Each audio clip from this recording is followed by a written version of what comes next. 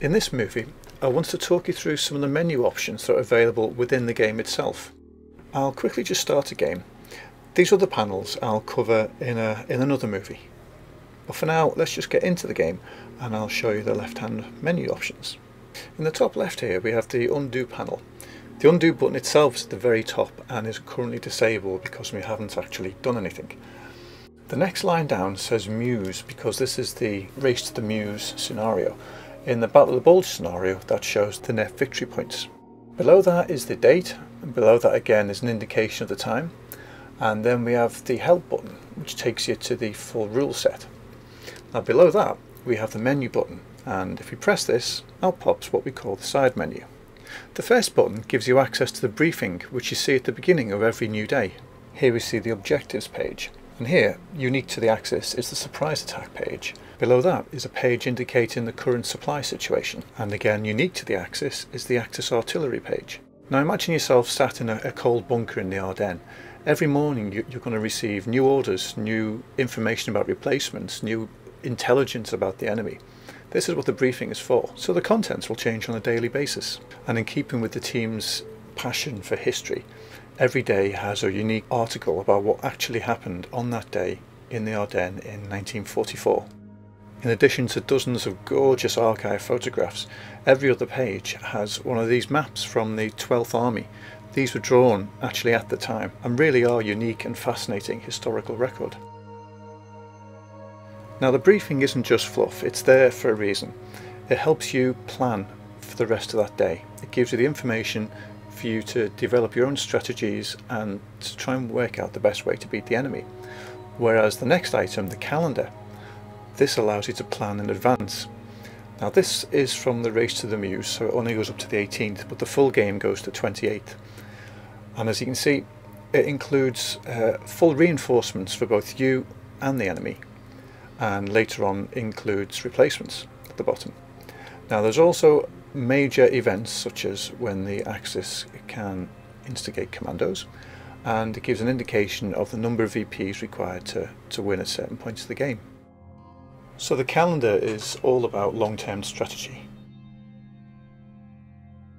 Now next in the menu is supply. Now this shows an indication of the supply status of each area. The paler the colour, the further that area is from its point of supply. What you'll notice is that the Allied side is darker on top, left and bottom, so they can get their supplies from either of those three sides. The Axis, however, is darker on the right hand side only, so their supply situation is a little bit more precarious, especially as they move out further into the Allied held territory. Now if you know your history, you'll realise that being able to surround your enemies and starve them of supplies is a very valid, very important strategy, and one that Battle of the Bulge will certainly reward you for. A striped area such as this is indicating that both the Axis and Allied units can receive supplies. Now occasionally you'll see an area which goes bright red or has red stripes. That's indicating the units of that particular side can no longer get supplies and are cut off. Now a unit that is out of supply cannot move or attack. If it stays out of supply for too long, it will start to lose strength and eventually can be destroyed. So turning off the supply view, the next on the list is review. Now review is for when you're playing a multiplayer game and for some reason you've missed your opponent's turn. Press review and it will replay what your opponent did, including the movement, combat, any results. It allows you just to catch up on something you may have missed. In this case, the review button is disabled because we haven't actually played a game. Next button down is the settings, which is identical to the settings you get on the main menu, and I've already covered in a previous movie. The next button down is resign, which is quite self-explanatory.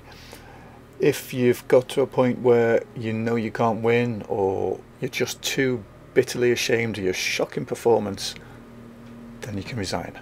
And lastly is the button for the main menu, which will naturally return you to the main menu, which would be the end, except some of you may have noticed the small button at the bottom left.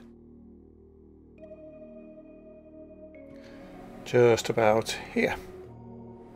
This allows you to take a screenshot of the current game and email it to your opponent. Why you might want to do this, we'll leave that up to you. And something else that might be quite useful. If you touch the time indicator, you get a written version of the time. If you click the coloured square in the top right, you get a description of the type of game and the name of the scenario. So I hope this movie's been of some use and highlighted some features maybe you've missed. I'll speak to you again.